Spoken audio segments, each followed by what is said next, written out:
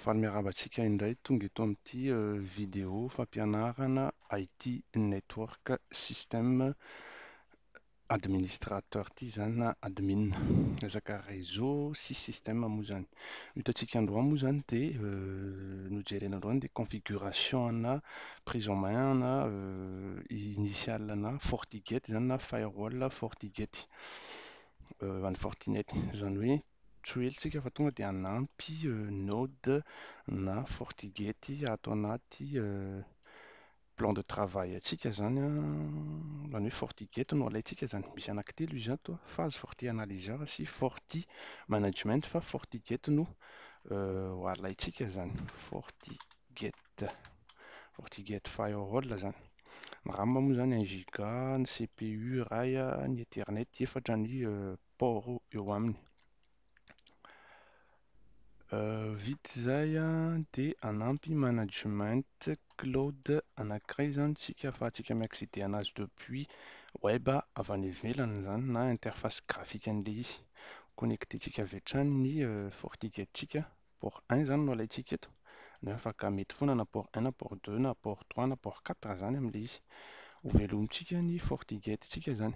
Dia hanao configuration ana adresse IP tsika sy configuration ana mot de passe na utilisateur zany. Zany hoe configuration ana utilisateur anankiray ato anatiny ato. Iny moa zany izy fa velona ilay FortiGate-tsika. Dia admin, marihana moa fa admin ary tsisy mot de passe ny configuration initiale an'ilay izy zany izy vao velona iny.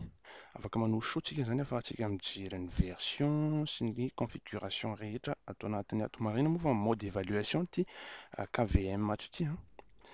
Ity port 1 ity zany no configurentsika. Ahafahantsika mi-accéder anazy depuis web zany config système interface.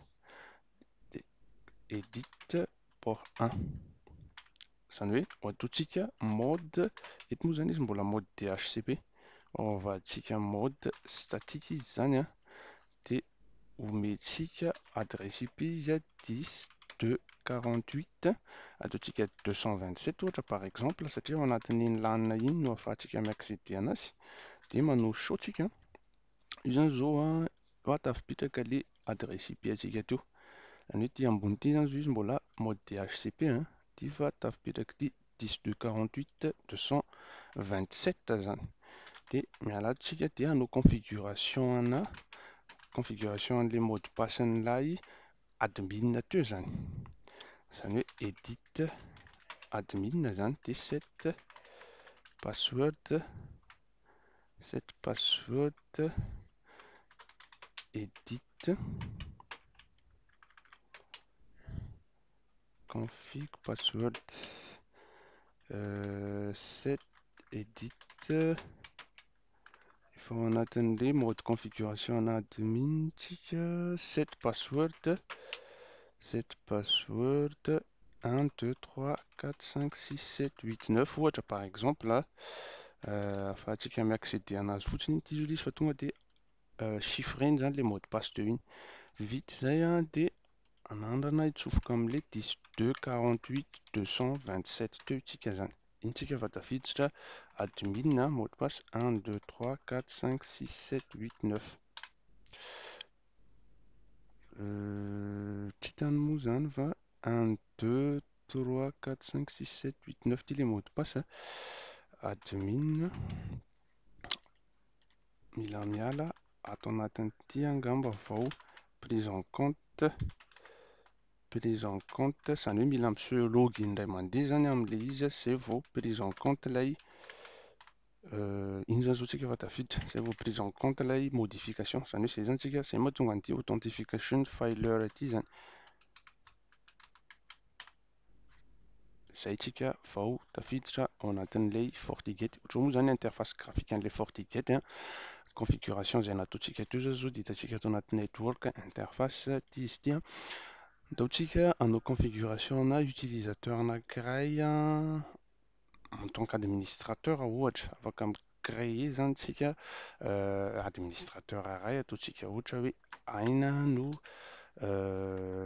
anarany zany mba hipersonalizentsika an'izy, localiseur izy, match user en remote sy ny sisa. Misy izy teo option be dia be reto le type l'utilisateur, metsika mot de passe izy ataoko izy 1 2 3 4 5 6 7 8 9 zao 1 2 3 4 5 6 7 8 9 dia afaka manao administrateur, zany hoe ny administrateur, ohatran'ny hoe description zany, dia metsika profil ilay izy ataontsika super admin na prof admin, misy mahasamihafa an'ireo moa zany.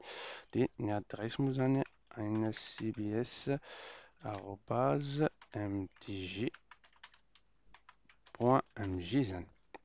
Misy option maromaro reto zany afaka configurena amina double authentification ohatra via SMS sy ny sisa. Ok, ne pas enregistrer. Iny zany zao fa créer ilay utilisateur antsika dia mandramantsika ny hiditra aminazy aina 1 2 3 4 5 6 7 8 9. Intsika fa tafiditra en tant qu'utilisateur aina zany. Ity izy ity. Afaka configuration mode CLI na via pouty SSH ohatr'izao koa zany mitovy ihany ireo marihina moa fa version d'évaluation ty FortiGate KVM antsika ity fa ahafahantsika manao ny configuration rehetrarehetra izay tiantsika ho apetraka zany sy prise en main, mizatra mikitika FortiGate moa zany satria torak'izao mihitsy ny mode grafikana FortiGate fizika zany. Dia zay moa zany androany fa dia misaotra betsaka antsika rehetra izay manaraka an'ity vidéo ity, mankasitraka tompoko amin'ny araka indray.